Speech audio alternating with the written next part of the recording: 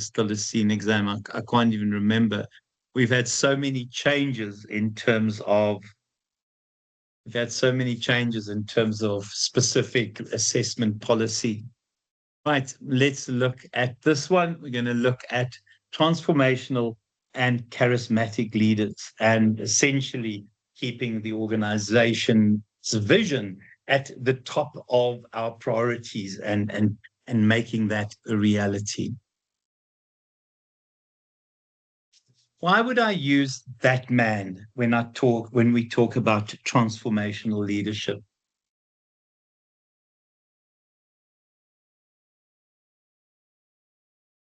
Why do we talk about him when we talk about transformational leadership?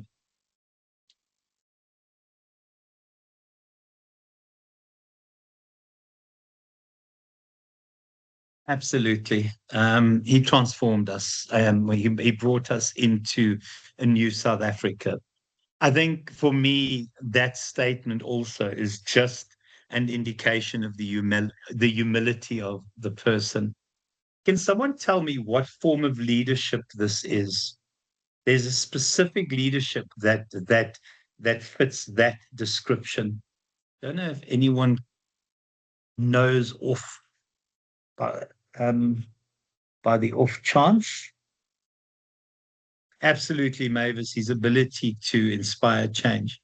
Anyone seen that on leadership? There's a specific leadership style that falls within the broader umbrella of transformational leadership, etc. I don't know if anyone's ever heard of servant leadership.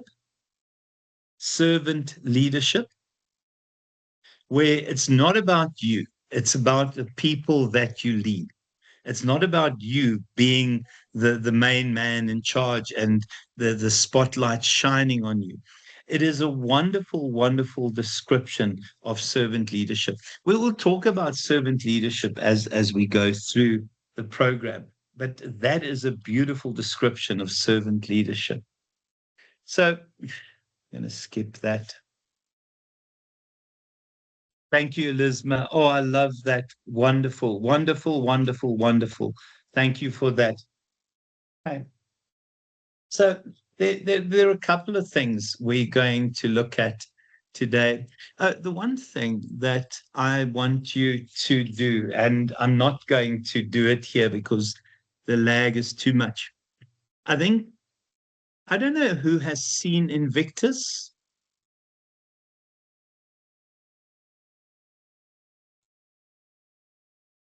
Victus the movie. Victus the movie. Film, sorry, the film. It is almost the playbook on transformational leadership. It's not about sport. Honestly, Elizma, it's about leadership. It's not about sport whatsoever. In fact, the rugby in there is shocking. Francois Pinard would be a head and a half taller than, than Matt Damon. But you also want to watch it for Morgan Freeman. There are moments when you watch Morgan Freeman where you actually think that it's Nelson Mandela. And in fact, when you show pictures of Morgan Freeman, people actually think that he is Nelson Mandela, but that's American, so we can't count that for anything. Okay, so but we'll talk about Invictus in this discussion. So when we look at transformational leadership, I think it is the ability of a person to have a significant effect on followers, being on their lives. It's that kind of creation of trust. It is admiration. And if we carry on there, it's this ability to get people to achieve a lot more than what was expected of them. I think you are all too young to remember the 1995 World Cup. I suppose some of you weren't even born. I know that some of you weren't born yet. Who remembers the 1995 World Cup? Okay, Elizma remembers it. Nice, Elizma. 25% extra. The Sejo, who's 12 years old. Please tell me, anyone here born in the 80s? Oh, dear Lord. Fanaz. Oh, yes, we know Fanaz. You and I shared ages. Okay, Lizma, Philip. Three people. Three people. Oh, dear Lord. Okay, guys, I'm going to have to get a younger lecturer for you guys. I think all your ages together is less than my age. I think I'll I'll get myself replaced from Oh dear Lord, help me. Oh my gosh. Okay. I feel suicidal right now. Oh, flipping hell. I don't even know what I was going to say. But for those of you that remembered the 1995 World Cup, the one thing that South Africa did is win the World Cup with not the best team at the World Cup. Let me say that again. Win the World Cup where we were nowhere near being the best team. And it's that there where people achieved the Sejo, go away. Go away with your 2000 babies. I hope you failed this module. Okay. Sejo, you're gonna have to report me, okay? I think we were there with not the best team. Oh no, dear Lord. Yeah. I'm not even going to comment about this. But we won the World Cup and not having the best team there, guys. So if we look at, please hold on a second.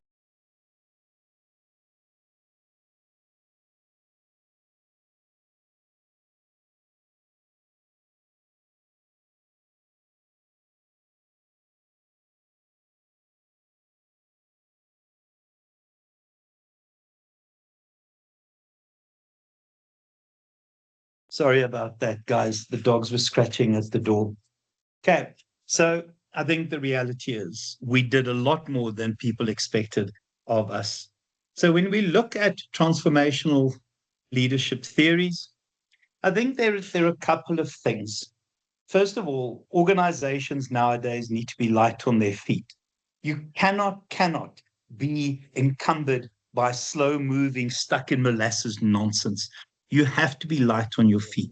And part of being light on your feet is to have this supposed adaptive organization.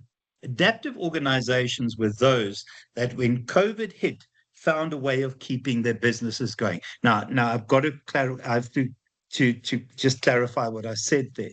For some companies, it was impossible to keep the business going. But truly adaptive organizations repurposed themselves very, very rapidly during COVID, very rapidly. I think one of my favorite ones was the New York Library. The library was about to close down because, lockdown. Someone then said, why don't we use our 3D printers to print face masks as part of PPE? And the library during COVID printed face masks. It is a wonderful idea of an adaptive organization. The second thing, in terms of what this transformation leader does, it is this person that creates this powerful vision. The other day, and I can't again share it with you guys here because of the lag, but I had Martin Luther King play in class the I Have a Dream speech. If you listen to that and the power of that and the vision that was shared, and certainly Martin Luther King is part of that kind of transformational leader. It is a beautiful, beautiful example of what a vision is. Who has listened to the speech in full? Because I think people only normally default to the bit where I have a dream, where Mavis, very nice, Mavis, very nice. Do yourself a favor, find it on YouTube and listen to the full speech. I had a student about 10 years ago who had done it as part of a class project, and she did the full I Have a Dream speech in front of our class. It was so powerful, it was so moving. But the vision that was shared in that speech is astonishing. And part of that vision is then creating the kind of groundswell of support and the commitment to change. Give me other examples of powerful visions that have guided us in the world. Powerful visions from leaders.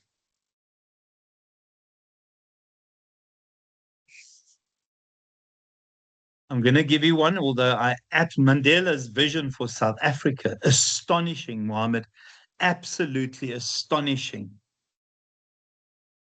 100%, a powerful vision of what South Africa could look like. Others, guys? Yes, sir. Yep. Go, Zama. Where will Mahatma Gandhi fall under? Mahatma Gandhi had a wonderful vision for India, and it was literally to get rid of the occupation that was England. That he had a beautiful idea of the future. But for me, if you ever get a chance, read some of Mahatma Gandhi's sayings and notions and things he shared about the world. He has powerful visions all the time. Well, Gaddafi, 100%, before he was killed in the streets. He had this idea of the African Union. Yeah, but that was just pure survival, Moeti, but it's a very good example. Now, I can't stand this individual, and everyone knows this. How about Make America Great Again? Is that a powerful vision? Very nice one, Moeti. That is very, very nicely picked up, okay? Very cool. It's a roadmap, not really. I don't think it's working for me. But I suppose some people would argue that that is a vision. Thabo Mbeki's and the vision for Africa as well, and South Africa's role in Africa, although there were lots of deficiencies ultimately with Thabo Mbeki. Winston Churchill, wonderful. I mean, his descriptions and the way he vividly gave this idea of dreams and futures that will be different and better. Nice one. Do yourselves a favor, guys. If you ever get a chance, go and just search Mahatma Gandhi and quotable quotes if you want to see some amazing comments about the world. Very, very powerful stuff. So, in terms of this, we have to have a vision. Otherwise, we don't know what we're working towards and why we're changing.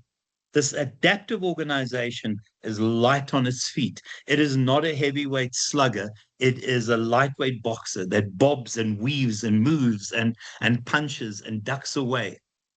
So, in terms of transformational leadership, this is where Invictus is a wonderful. Who is that, Leo? I've seen the name before, but I can't think who that is. Very nice, Tando. Can I quickly do a search here?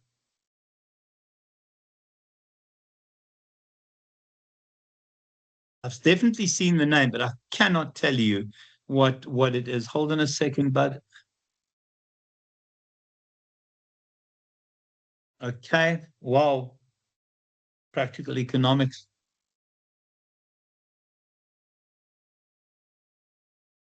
Wow, wow, wow, wow. I'm going to keep that open. Thank you for that. Hey, thank you so much for that, Elisma. Wow. Okay. We've got wonderful examples here, actually. So, guys, when you watch Invictus, and please, as a refresher, just watch Invictus again. Please do not watch Invictus for the rugby. The rugby is shocking. Please don't watch it for Matt Damon's attempt at an Afrikaans accent. It is shocking. However, watch it for Morgan Freeman and watch it for some of the following behaviors. The first one, when we think of Mandela, the notion of idealized behaviors. And if you think of an individual that was in prison for 27 years, he gets released from prison and his attitude is, I will forgive. I'm sorry, if I'm coming out of prison and I'm a leader, I promise you, people, I will take names and I'm going to take numbers and they're going to pay. I, I mean, it is idealized. I mean, Mandela went, and if you think of it, imagine being a security policeman. Yeah, no, I definitely won't be that. I promise you, that's not who I am. Um, Imagine being a security policeman the day before Mandela's release. The day before that release, he on the street would have been arrested immediately. The day after, you are there to protect him. I think so many people, and we forget the shifts that the security police had to make and made. I mean, Mandela was portrayed as an enemy to me. Remember, I'm a white kid born in 1963. But that was my hero during the 1995 World Cup. And it takes just a switch in mindset when you realize what a wonderful human being he was. And then inspirational motivation. Guys, here is a guy that was going to use the 95 World Cup as a nation building event and then convinces, honestly, a ragtag group of players that they will win the World Cup. And if you watch Invictus, at some point, Matt Damon says, the president thinks we should win the World Cup. I'm going, what the heck what are we thinking here? Guys, intellectual stimulation. And it's about questioning previous assumptions. I'm coming back to the security police. In the Invictus, and there's a wonderful example of this. Mandela meets with his head of security, an ex-MK guy and loyal, etc. Mandela says to him, you need to hire the ex-security police to be part of my detail. They trained, they know weapons. The guy says to him, are you insane? These guys would have killed you less than a year ago. But it's about questioning previous assumptions. And let me tell you something, guys. Those guys, the ex-security police, would have taken a bullet for Mandela. And it's that the ability to question those previous assumptions. One of my favorite scenes in Invictus is, and it shows us individualized consideration. Mandela goes to a community hall that was opened, and remember his secretary was Zelda, a white lady, and Zelda led him to the different dignitaries, the VIPs, shook their hands. He then turned to walk to the back of the hall. And she says to him, you've met everyone. And he said, no, I haven't. And he went to the back, and the cleaners that had got the hall ready were standing at the back. And he greeted each of them as if they were a VIP dignitary that would have stood in front of the hall. That kind of individualized consideration. Guys, this is the kind of powerful leadership that we don't see a lot of now. And then just this idealized attributes, the fact that you get released from prison and you forgive, but there's a range of other things. Please do yourselves a favor, watch Invictus, but watch it with this as a backdrop. There are so many examples of it. And whenever I think of transformational leadership, I think of Mandela. It's almost as if the theory was built around his behaviors during the 1995 World Cup. Any comments on that? Anyone want to add in terms of anything there? Princess Diana was a wonderful transformational leader. She was a really, really powerful example of a transformational leader. Mother Teresa or Saint Teresa is an example of a transformational leader. Maya Angelou is an example of a transformational leader. And I'm going to say this, although, it's not the kind of person that, 100%. Rassi is 100% a transformational leader. Oprah is, I'm not a big fan of Winnie. Okay, Winnie, I'm not going to talk about, not a fan of Winnie. So, but remember, leadership is in the eye of the beholder, Nosipo. But for me, Winnie, yeah, not for me, not for me. Okay. But remember, two people can look at the same leader. One person will think great leader, other one will think, yeah, because his leadership is ultimately in the eye of the beholder. Oprah, guys, Oprah is a powerful example of is a powerful example of transformational leadership. Barack Obama, 100% Summer, 100. Well, you know that I'm a big fan. I think Barack Obama is the greatest leader of the 21st century. Well, Kyle, it's what people reminisce about the A team in leadership, the A team. You know, Mandela and yeah, a range of other people. The A team, the A team is not around anymore, unfortunately. And I'm not going to make it about politics, but this is where we hold things up to the light and discuss it. But I think even if you are the most staunch ANC supporter, I think you are also reminiscing about the A team because I don't know what team we've got now, but it's not the A team anymore. Please give me. Okay, guys, and then if we look at the relationship between transformational leadership and transactional leadership. So, in terms of transactional leadership, it often is used to get people to do things that they normally wouldn't do, but they'll do it because it's going to have some benefit. 100% Richard Branson, 100% with you on that, Mohammed. But it's because it's going to serve some sort of self-interest in these individuals. So when we look at transactional leadership, there are three transactional styles. The first one is the idea of contingent reward. So this is what I want you to achieve. If you achieve it, there are benefits. So we used it on our kids. If you clean your room, you can have supper tonight. It's evil, but that's what we did. Okay. So if you achieve certain targets, there will be a certain bonus. Okay.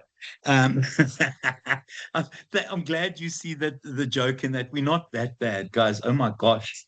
Okay, management by exception active is where we attempt to make sure that when somebody achieves a certain objective, that we pounce and we congratulate and we maintain the line of sight between the behavior and the reward. Management by exception, and I'm not a big fan of this. Management by exception is where we take action only when things go wrong. For me, this is the kind of catching people doing something wrong, catching people doing something wrong. Okay. I'm not a big fan of that. Right. So in terms of how those relate, basically just the full range leadership. I'm not a big fan of transactional leadership, not me whatsoever, like the idea of transformational leadership. Okay. Any questions, any comments?